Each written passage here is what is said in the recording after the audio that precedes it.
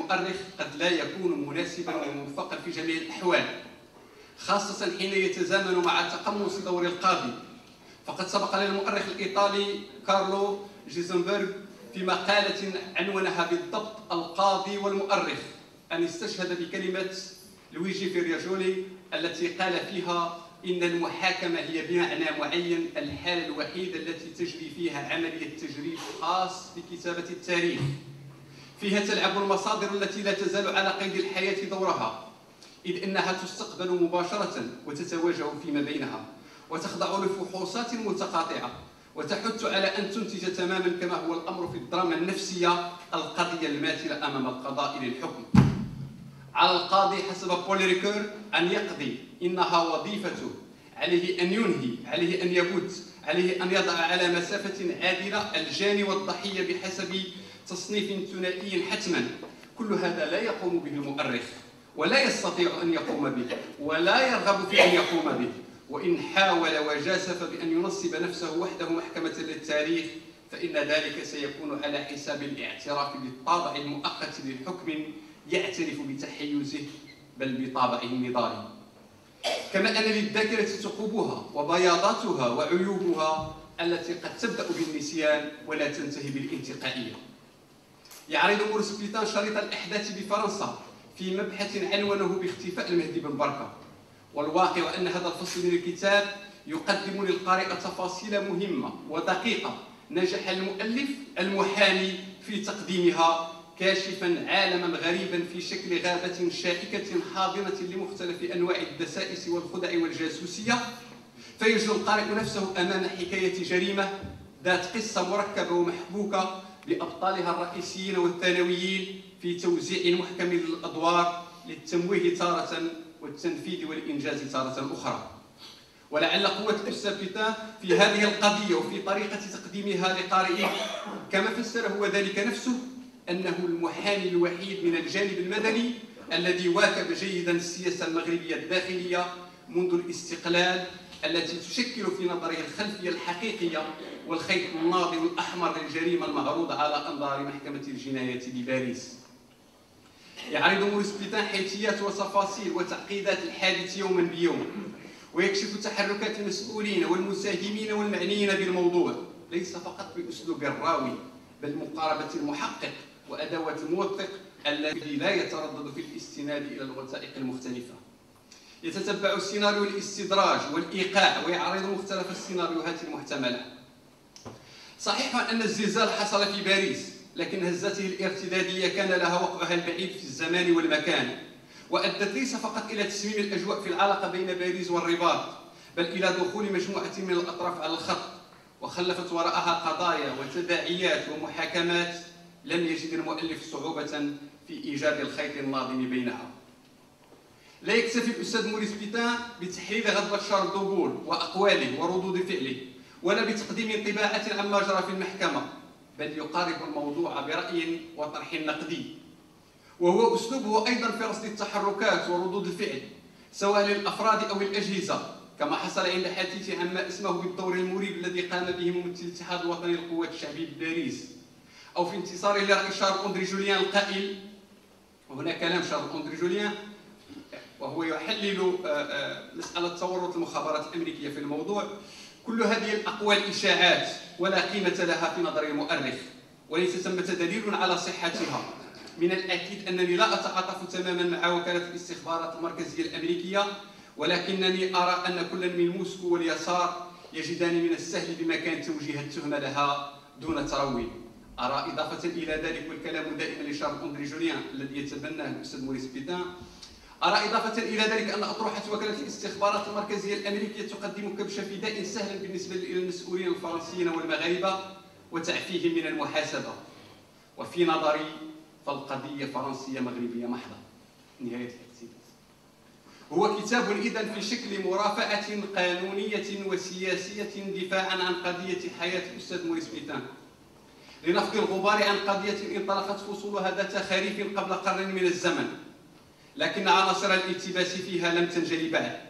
ويعد هذا العمل الذي جمع بين الشهادة والتحليل ومسعى التاريخ والتوثيق محاولة جادة لكي لا يدرج الملف في دائرة لا مفكر فيه أو القابل للتقادم مع الزمن. وشكرا لإصغائكم.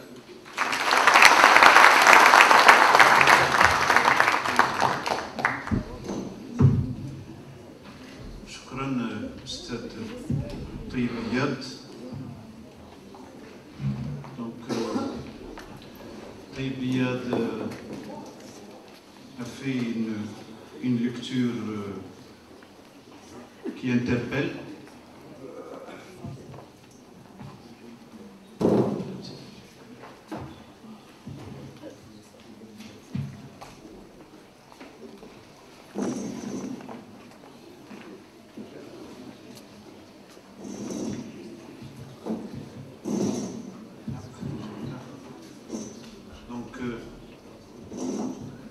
Je disais que mon collègue Taïb Iyad a fait une lecture qui vous interpelle, une lecture où il a donné une première partie, un compte rendu de votre livre, en restant fidèle à toutes les...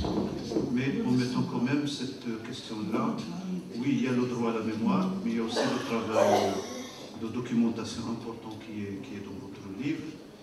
Et en fin de compte, entre histoire et mémoire, il y a des interférences, il y a l'impact de l'un sur l'autre, et qu'en réalité, rien n'est définitif, rien n'est toujours vrai. Tout est en perpétuelle reconstitution, d'où le rôle dérangeant de la mémoire, parce qu'elle joue un rôle important, parce qu'elle défait ce qui est installé par l'histoire bien construite. Mais dans ce travail de la mémoire, il y a des avancements qui sont faits, tels que, en fin de compte, vous avez fait une véritable plaidoirie d'après notre ami, et certains points restent à éclaircir, tels que votre affirmation que l'affaire est franco-marocaine et que vous êtes avec le point de vue de Charles Julien, que la CIA n'a rien à voir là-dedans. Pas beaucoup. Juste pour information, la CIA a déclassifié beaucoup de documents ces derniers temps, et ça compte, c'est des milliers de documents qu'elle a laissés, mais l'aspect justement principal va dans ce sens, que c'est une question franco-marocaine. Qu'est-ce que vous en pensez? Qu'est-ce que vous pensez de ce que mes collègues ont dit de ce livre? Ce que je veux surtout, pour l'instant, c'est vous remercier tous d'être venus si nombreux pour l'analyse de ce livre, pour la présentation de ce livre. Et je retrouve là tous mes amis, le peuple marocain présent. Et moi qui suis né avec Ness au Maroc, on l'a dit, et ça me touche beaucoup de vous voir si nombreux. Donc d'abord, remerciements à vous tous.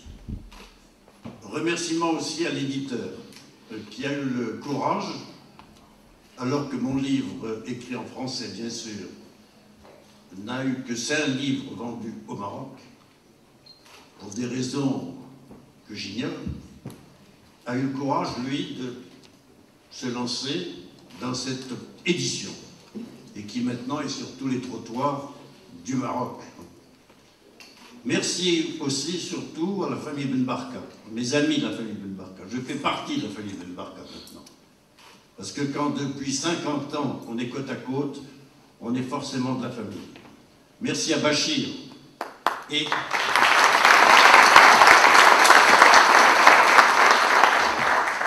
merci surtout également à Othman Benani, car c'est vraiment lui l'âme de ce livre en arabe.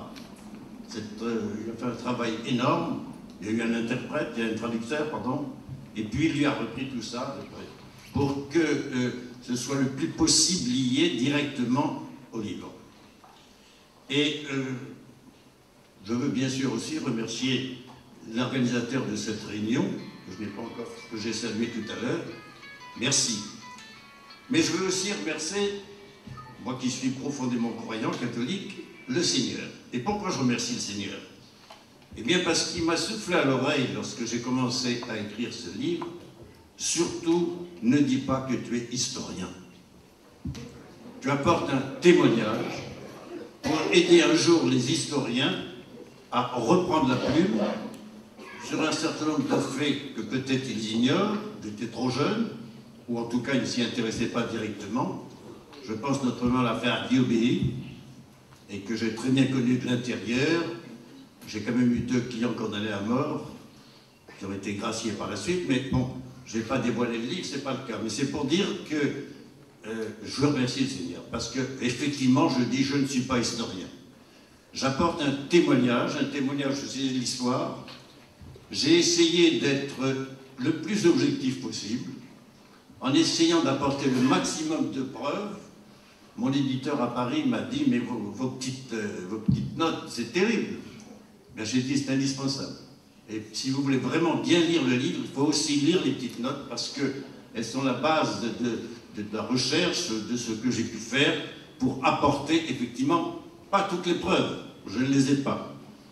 J'ai bien sûr essayé d'avoir des archives marocaines, je ne sais pas où elles sont.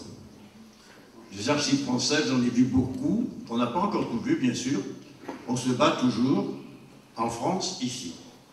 Alors, les historiens posent des questions. Les historiens me disent, c'est peut-être exactement comme ça. Vous êtes subjectif. Oui, je suis objectif. Mais avec ma subjectivité, bien évidemment. Et puis, alors, ce qui m'a peut-être marqué, c'est cette fameuse histoire, à 13 ans, lorsque un capitaine français, où je jouais au tennis, est venu me demander de jouer avec un prince. Le prince. Il m'a dit, le prince. J'ai dit, mais le prince, quel prince? C'était Haïfran. Il m'a dit, le prince Moulay Hassan. Mais j'ai dit, je commence le tennis. Il me dit, lui aussi. Bon, ben, j'ai dit, s'il veut jouer, pourquoi pas? Et le capitaine me dit, le capitaine français, me dit, vous devez le laisser gagner. J'ai répondu au capitaine, jamais. Alors ça a dû me marquer. Je n'ai pas joué avec le prince Moulay Hassan. C'est peut-être ça qui m'a marqué, qui a fait que toute ma vie, ensuite j'ai suivi un certain nombre d'affaires. Je l'ai connu un peu lorsqu'il est venu, nous étions des Français libéraux. Il nous a reçus à Casablanca, à l'hôtel Mansour. J'ai trouvé un garçon extrêmement intelligent, parlant remarquablement l'arabe et remarquablement le français, très intelligent, vraiment qui était un grand monsieur. Mais ce grand monsieur était aussi un roi absolu. Je ne reviendrai pas là-dessus, parce que sinon, vous ne lirez pas le livre. C'est à vous de lire le livre. Mais pour répondre à la question que vous posez, puisque c'est... Depuis longtemps, je recherche effectivement le rôle des Américains.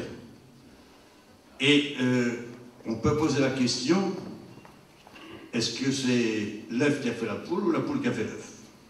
En d'autres termes, est-ce que l'enlèvement de Mehdi Ben Barka est décidé par Hassan, ou bien les Américains lui soufflent-ils que ce ne serait pas si mal qu'il se débarrasse de Mehdi Ben Barka? En d'autres termes, ça viendrait de plus haut.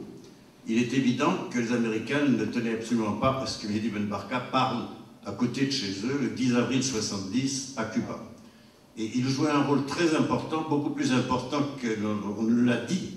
C'était un des grands leaders du tiers-monde, l'égal de Lumumba, l'égal de Nasser, l'égal, etc. On peut citer tous les grands. Il était un des grands de ce monde. Et c'est, je pense, l'une des raisons pour lesquelles sa mémoire reste attachée à tous, et il faudrait que la jeunesse le suive. Alors, c'est pas fini. Bon, évidemment, je commence à prendre de l'âge. Mais j'ai demandé à mon cardiologue de me garder encore une 40aine d'années en vie. Ça n'arrivera peut-être pas. À 86 ans bientôt, ça fera beaucoup. Mais je pense que mes amis historiens, que je remercie d'avoir organisé, d'être là, je les remercie parce que maintenant, ils vont se mettre au boulot. Ils vont donc rechercher, à travers les archives marocaines que je n'ai pas eues, qui n'auront pas non plus d'ailleurs, mais pour retrouver un certain nombre d'éléments pour qu'ils puissent m'écrire en disant ce que vous avez dit là n'est pas exact, ça ne s'est pas passé comme ça. Ok, c'est important. Et puis au-delà, pour que mes amis historiens ici présents, et vous tous d'ailleurs, continuez à rechercher la vérité. Je voudrais, avant de regagner moi aussi la maison du Seigneur, que je puisse dire à la famille Ben Barka, à Rita, l'épouse de Mehdi, que je vois souvent à Paris, lui dire voilà comment Mehdi est mort. Surtout, voilà où est le corps de Mehdi. Voilà où vous allez pouvoir véritablement saluer Mehdi, être auprès de Mehdi. Eh bien, je regrette que certains, au Maroc, la vérité est au Maroc de ce qui s'est passé, beaucoup plus qu'en France. Ça ne veut pas dire que les Français n'ont pas été mêlés, la question n'est pas là. Dans l'enlèvement, il y a deux éléments. Il y a l'enlèvement et la mort. L'enlèvement, pour moi, je le dis, j'ai toujours dit, décision d'Hassan, couvert par les Américains certainement. En ce qui concerne la mort, ce n'est pas Hassan. Il voulait le ramener vivant. Prenez le livre, vous verrez comment Ben Bella a chuté, et on en a fait un mort politique. Eh bien, ce mort, il est anormal que les Marocains qui ont participé aux ordres, sans doute, mais ceux qui ont su, comme le général Ben Slimane, le général Kadiri, je ne les accuse pas d'avoir participé, d'être des complices. Mais je leur dis, vous avez su ce qui s'est passé. Vous avez su ce qu'on peut accepter, non pas un assassinat, le terme est trop fort, mais en définitive, la mort de Mehdi, par qui? Peut-être par bouche sèche, c'est ce qu'écrivait Lopez, un Français. C'est ce qui pouvait faire dire d'ailleurs à Hassan, le roi Hassan, les Français l'ont enlevé, c'est vrai, et les Français l'ont tué, c'est sans doute vrai. Mais pour qui? À quelle demande, etc. Donc comment se fait-il qu'on ne puisse pas, 50 ans après, trouver ces hommes qui aient le courage? Et sur un plan judiciaire, nous avons envoyé, j'ai fait envoyer par le juge depuis septembre 2003, ça fait 11 ans, qu'une commission rogatoire internationale est à Rabat pour entendre ces personnes. Nous avons aussi lancé des mandats d'arrêt pour, non pas des mandats d'arrêt pour les faire mettre en prison, mais des mandats d'arrêt, puisqu'ils n'ont pas le courage de venir et qu'on n'a pas le courage de les convoquer devant un juge d'instruction à Casablanca ou à Rabat. Je nous ai demandé au juge français de lancer des mandats d'arrêt. Ces mandats d'arrêt ont été stoppés par M. Sarkozy. Une certaine amitié sans doute avec le Maroc. On les a renouvelés. Et je pense qu'un de ces jours, s'ils ont le courage de venir à tel ou tel endroit, ils se retrouveront. Et on ne leur demandera pas autre chose que la vérité. Ils ont une autre solution, effectivement, que la commission rogatoire soit effectivement exécutée, ici, puisqu'elle est au Maroc, qu'elle soit exécutée, et que l'on vienne nous dire la vérité. Dans cette affaire, c'est un combat pour la vérité, c'est un combat politique, bien sûr, mais aujourd'hui, 50 ans après, c'est pour la vérité. Je vous remercie.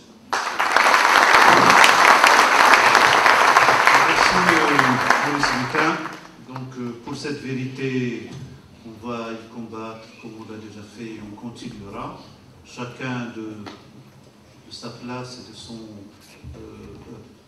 son engagement dans la société, les historiens aussi dans l'engagement dans le champ scientifique, ça se fera. C'est pas tomber dans l'oreille d'un sourd, donc les historiens ici présents et d'autres vont faire le travail. D'ailleurs, on est en train de travailler sur ces archives déclassées par la CIA pour essayer de voir un peu ce qu'elles apportent. Est-ce qu'ils ne sont pas tronqués? Est-ce qu'on ne fait publier maintenant que ce qu'on veut, etc. Parce que quand même, ça paraît assez impressionnant quand on voit que les gens à l'époque n'étaient pas informés. C'est ce que disent un peu ces documents, mais ce n'est qu'un début de travail, donc on va le continuer. Je vous remercie tous, je vous invite donc à une séance de signature et de rencontre, qui continue donc la rencontre entre nous. Et merci de tous ceux qui ont participé à cette séance et à ce déplacement. Merci, M. le Président.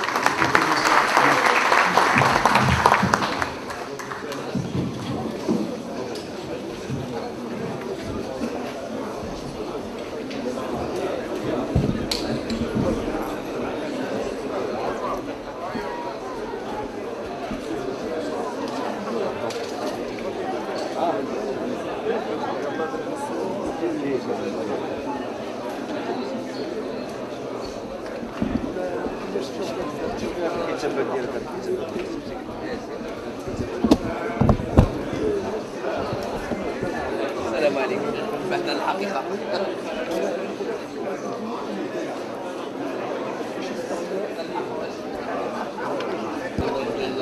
سيدنا الشاب الشاب سيدي هاشمي وطني فينا هو بغيت لك الامور الاخيره تبعتها الجامعه تاريخيا بعد المرحله بعد ما دير الله عليك يلا الله يعوفك الله عليك الله عليك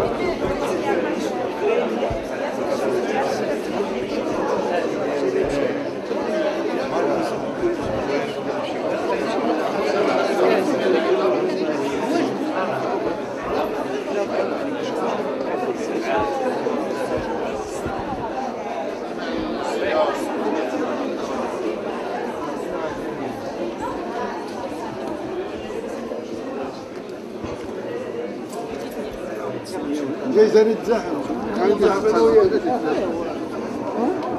هذا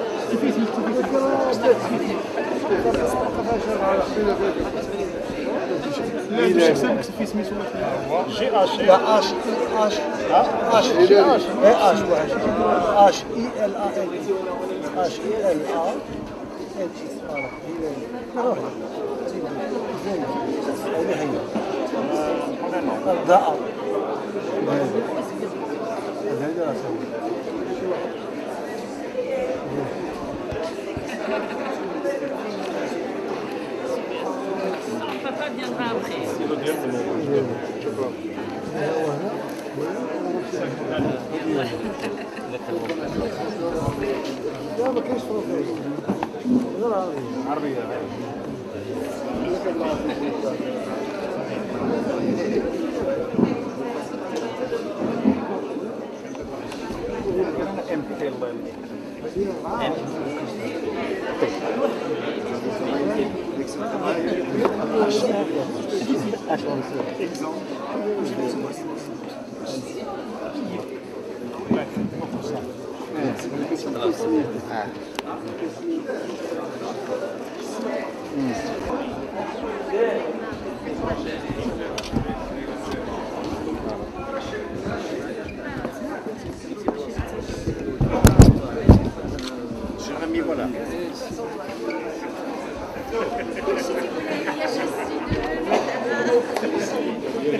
ديالي غير معلم بك.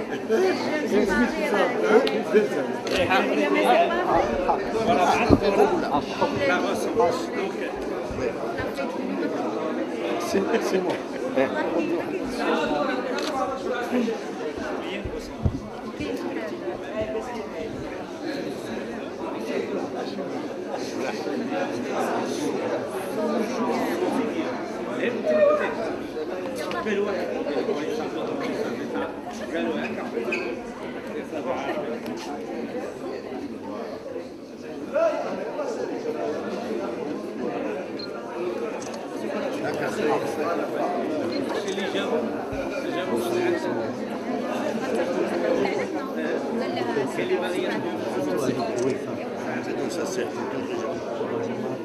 Marrakech.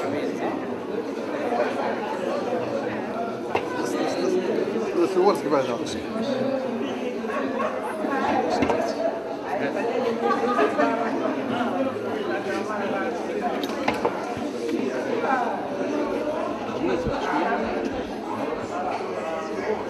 باغي واحد الصعوبة يمشي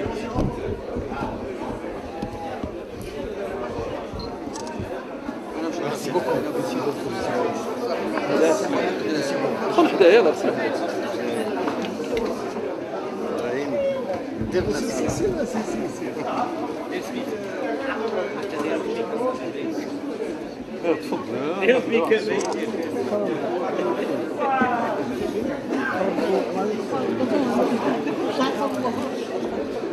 تحرك بحال هكا تشوف ولا يعني غير تحرك بحال هكا تشوف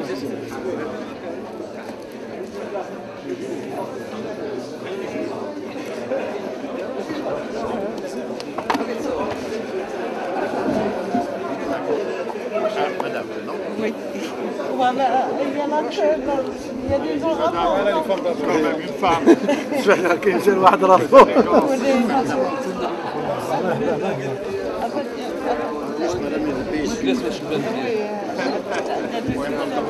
Ça c'est clair. Madame, la jeunesse du pays. Ah bon? J'ai vu. Il n'y a pas d'âge. Il n'y a pas d'âge. Et en plus, vous avez le drapeau de la Palestine. Ouais, ça, je le tiens tout le temps. Et la pharmacie, c'est pharmacie Palestine aussi. Très bien. Je vais vous donner ma carte. Merci. Je m'occupe autant de la Palestine. Très bien, merci.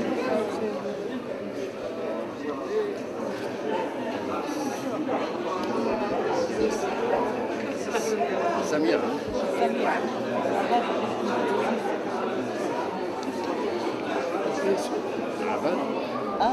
Abad, il y a des origines. Oh. Comme d'origine.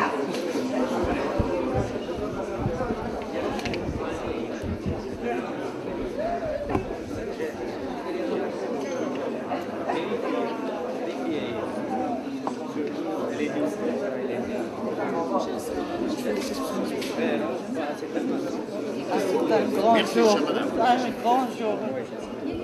Merci. beaucoup. Et Courage. continuez avec le PSU. Ah oui, ça c'est sûr.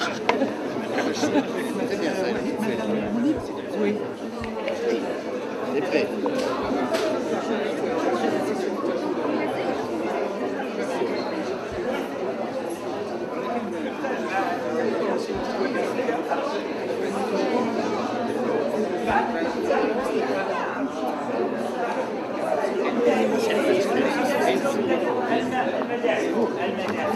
Voilà.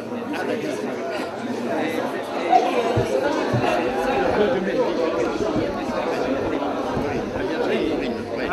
Oui, c'est ma fille. C'est ma fille. Je suis le neveu. C'est ma fille. C'est la petite fille de ma vie. Exactement. Je ne connaissais pas la famille. Ben, voilà. Je le découvre. Ah, vous connaissez? Oui. C'est un Boris. Ah, moi je connais un peu. Je suis l'aîné. Oui. Je suis son aîné. Je connaissais son nom d'amitié. Ah, C'est exact. Là, il s'appelle Maurice.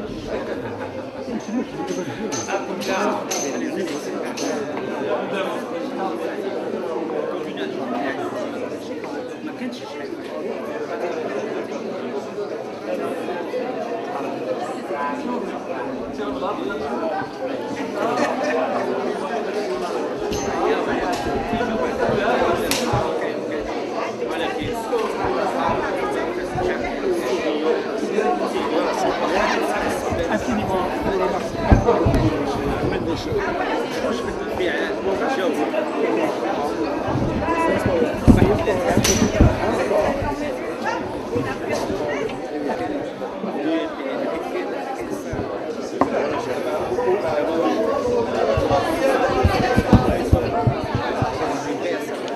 Préparé, c'est parfait. Ah oui. اجي تشوف.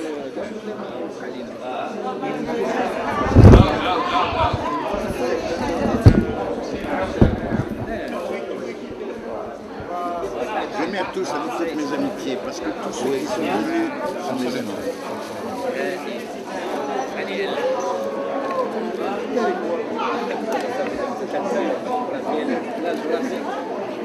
C'est Faisal. Merci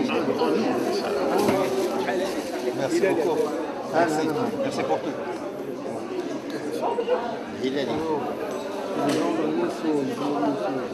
Oui.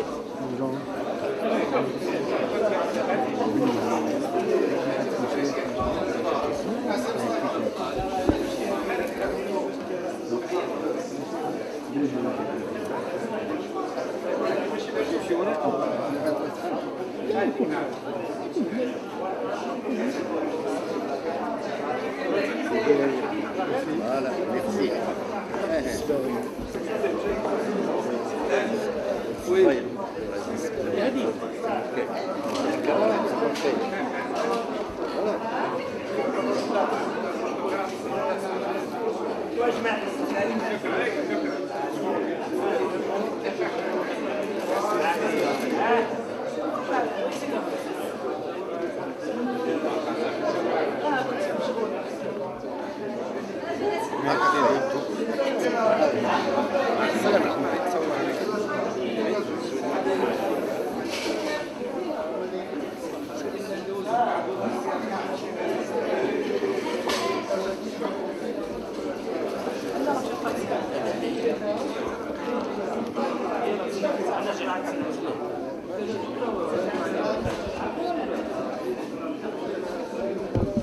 تصور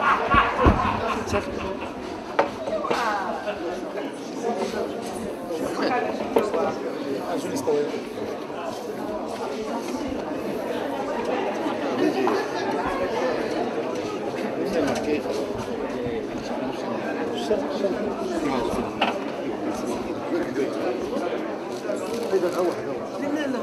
Il y en a qui ont préparé mon travail, c'est vrai.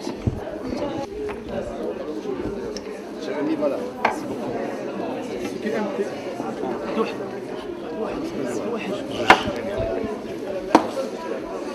C'est Mohamed.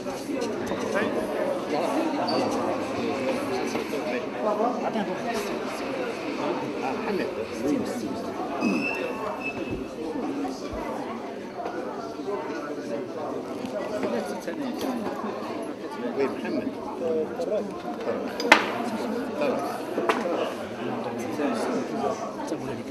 C'est d'où ça? Quelle région?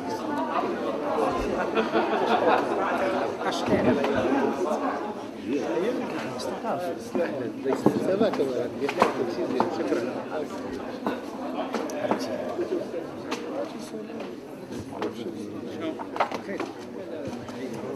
Voilà, c'est merci beaucoup.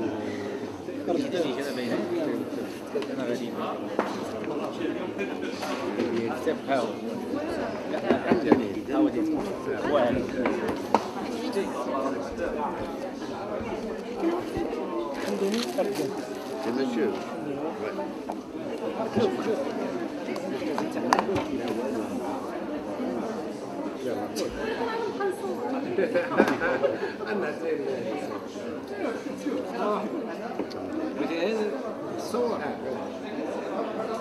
Ouais.